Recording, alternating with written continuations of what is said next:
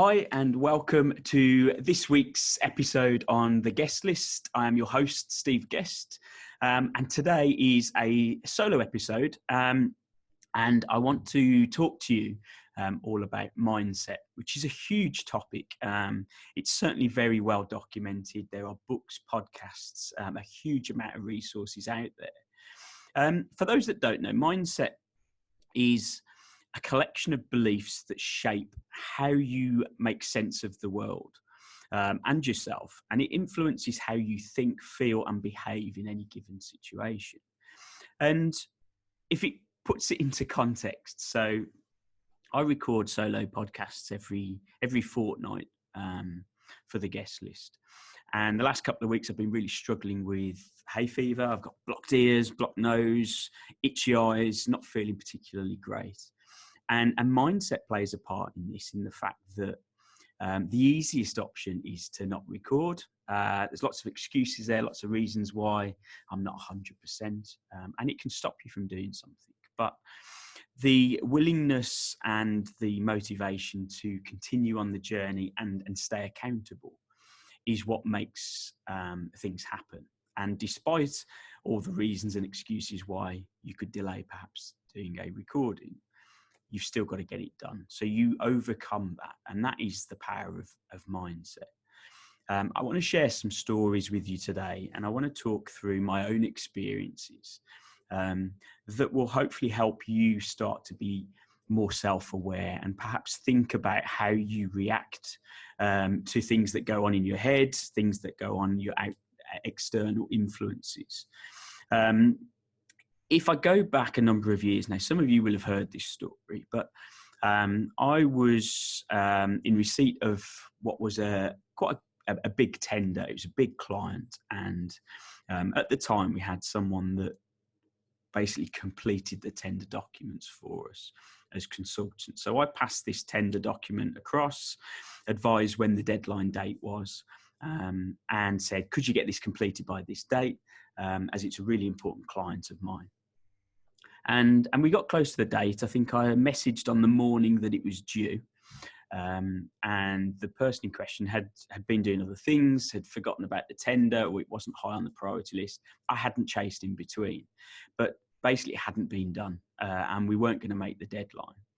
And I was really frustrated, and I let the person know that I was really upset, and they've now lost me a big client, and it was all their fault, and I can't believe that they haven't put it in. I sent the tender weeks ago. Why hasn't it been done? And I was really angry, and I went to the director to have a moan and basically talk to the director about this person. And the moment I started talking, the director stopped me and basically tore me apart, saying that it was my fault and I should have managed the process better. I should have put steps in place to ensure that the tender was complete and that the deadline was achieved. And no matter what I argued back and the point that I was trying to get across, that it wasn't my fault, the director just kept saying it's 100% your fault and you should stay 100% accountable. After I'd calmed down, after I'd thought about the conversation and the discussions, I realised that actually it was 100% me. It was my fault. It was my client. It was my tender. I hadn't managed the process, and it was a big turning point for me.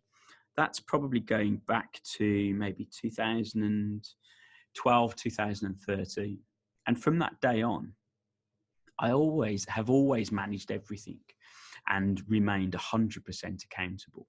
I talk about it in my book. I talk about it quite a lot in conversation, on the basis that if you remain 100% accountable, whether you win or lose, you can go back and look at what you've done, because you can improve and you can have what they call a growth mindset, on the basis that you can look at any given situation and understand where you could have done better. You could have improved. You could have put things in place that would have allowed you to achieve more. And I think it's a very basic story, but it shows the thought process in a much better way, that if you remain accountable, if you say that it's 100% up to me to make things happen, and you're not relying on someone else, or you're not relying on allowing excuses or reasons to come into play, actually you'll start to become the person that makes things happen. They say in terms of mindset that the minority of people, and if you do a Google search, you'll find things called the 2%, the 2% mindset. And what this is talking about is that the minority of people, or the 2% in the world, are the ones that make a conscious decision to live outside the box. They have a confidence to live a life of adventure and just basically go for it. And the bigger, the better.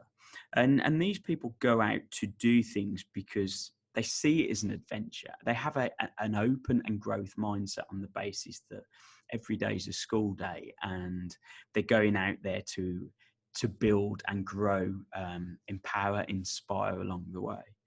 And they don't sit there in fear of the unknown, in fear of what might happen or what could go wrong. It's more about what could go right and what could happen to the better. And I think quite often you can look at it in two ways. So we talk a lot about a fixed mindset and a growth mindset.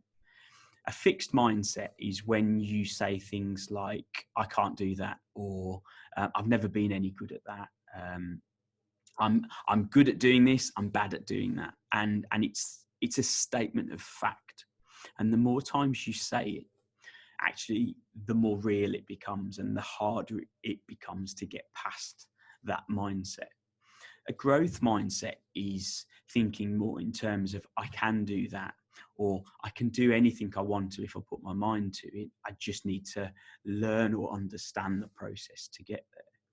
And when we talk mindset, when I talk mindset, I think it always has to be about life is a journey, and every day is different, and we all face hurdles, personal, business, growth hurdles. But actually, they're all there for us to grow and learn from.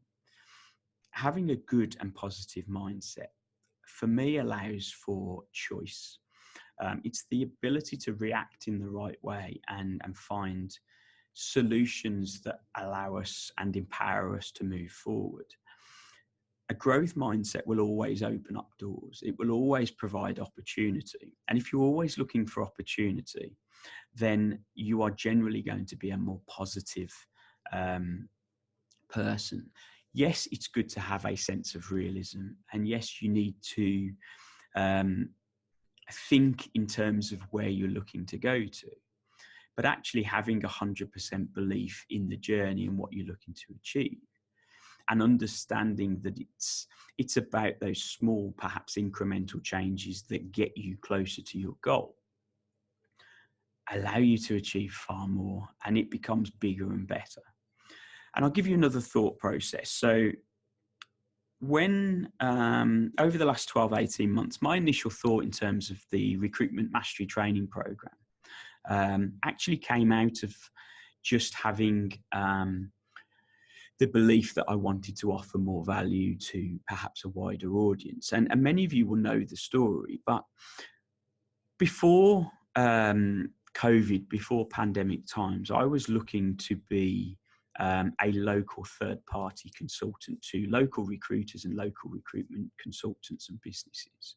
And that was my mindset. That was my thought process, that I could go out there and help individuals and companies that are local to me achieve more, achieve their goals, and go out and do more. Obviously, COVID hit and the pandemic hit, and it changed a lot of mindsets. And there was a lot of worried, insecure, I suppose, frightened people, not knowing what was around the corner, what was going to happen with their careers. And some of you will have taken part in this. Some of you will know this part of the story. But I put a post out on LinkedIn, and it was purely to add value. I saw lots of people feeling insecure. So I put a post out on LinkedIn and said, for those of you that want to have a chat, need some reassurance, want to talk about some strategies, need a cuddle, need a rant, need a cry, need to have a bit of a laugh, and basically an overall discussion. I'm going to free up my week next week You can book in for a 30-minute Zoom conversation, and we'll have a chat and see what we can do. And if I'm honest with you, my mindset at the time, I was thinking I would probably get 10, 12 people booking. And it would be people that I knew, people that knew me, perhaps people booking in to have a little bit of a joke and a catch up. And it ended up being 62 recruiters. And I didn't know a single one of the 62 prior to talking to them. And the 62 recruiters were global. So I was talking to people in Singapore, Japan, Hong Kong, Switzerland, Australia, New Zealand, South Africa, Switzerland. The list went on, and it was an exhausting week. But what it did was it opened up my mindset to a much larger global scale. And out of that week, whilst it was a hugely valuable week, hopefully for the people that I spoke to, but it certainly was for me as well, it opened up my mind to a bigger market, a bigger picture, and to be able to give and serve a much wider audience. And out of those conversations came the 12-week recruitment mastery program, which now coaches and mentors on a global scale. And this is down to the idea of growth mindset. It was having conversations, it was spotting opportunity, it was understanding that actually a lot of the problems, a lot of the situations I was talking through was a global pain point. It wasn't just local. And it changed my thought process from being that local consultant or consultative person for local businesses to actually understanding that I can offer value on a much more global scale. And it just shows that I think from a mindset perspective, it's like a muscle, isn't it? And it's something where you've got to continually practice and develop. You're not going to know all the answers today. You're not going to know all the answers in a year, 5 or 10 years' time. It's something that you have to be self-aware of and mindful of, that if you're open to the opportunity, if you're open to the fact that it's a continual learning journey, your mindset will continue to grow. And I've wrote down a few things here that I wanted to share in terms of when I think about mindset, what do I think of? What are the words? What are the key traits and core values that come to mind? First one is definitely accountability. And that goes back to that it's 100% your fault story. It's the ability to have gratitude and be humble in your approach. I don't know all the answers.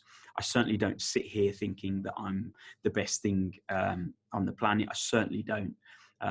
It's about understanding that there's people around you that can get you and help you, and having open discussions where you have no expectation in terms of the potential return. Actually, you gain far more from having that open two-way conversation. It's the ability to serve on a much larger scale, and the fact that they say it's living to give. And if you live to give, then you will serve on a much wider scale, and actually the growth will be far bigger than perhaps what you thought it should or would be. Having a general positive outlook. I often talk about the language we use. So the language we use is so important. And I don't know whether it's a British thing, but in the UK, if you ask, how are you? Or how are you doing? The general response tends to be something along the lines of, yeah, I'm not too bad. Not bad, thanks. How are you? And just having that simple kind of greeting, we're almost bordering on the line of negativity on the basis that we're not too bad. And I was very aware of this, and I made a concerted effort a few years ago. When people say, how are you, or how are you doing? I always use really positive words like excellent, I'm amazing, really good today, feeling awesome.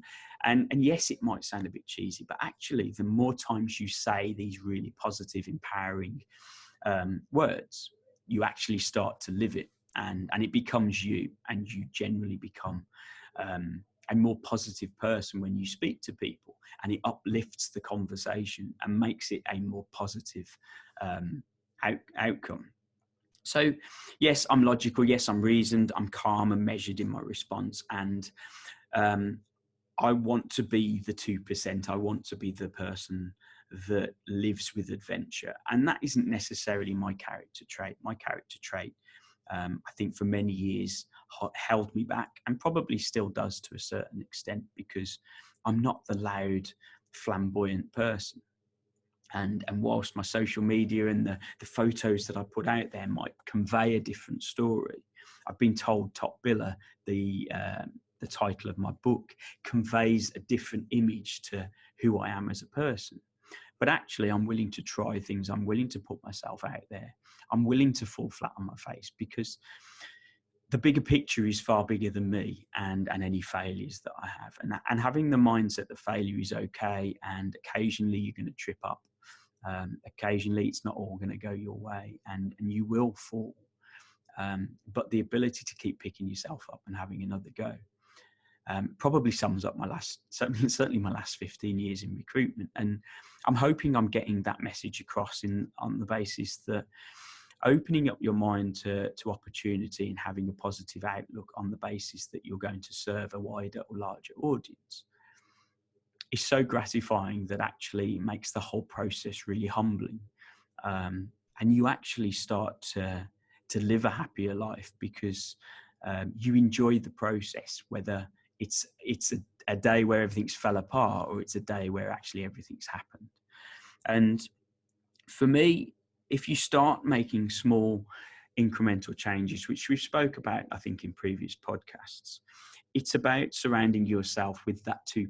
Surround yourself with the people that live life with adventure and want to go out and achieve things. They're the people that aren't fearful of what's around the corner or the unknown. If you start to surround yourself with those sorts of people, you start to become that as well. And I think this all starts with mindset. If you are self-aware enough to know that you shut down at opportunity, or you're not open to opportunity, you'll consistently pass it by. And if you're listening to this podcast, you're already there, because you're wanting to surround yourself with the right people. You're wanting to listen to guests that I have on here that are talking about high achievers and high achievement and high performance. The ability to have that, you have to be open to opportunity. So I would say that draws an end to this week's podcast. I've actually really enjoyed speaking about that, and I'd love to know your comments and thoughts. Please feel free to get in touch. You can find me on LinkedIn most days. Send me a message, send me an email at steve@sguest.co.uk. Have a fantastic weekend, or enjoy the rest of your week whenever you're listening to this, and I will catch up with you soon.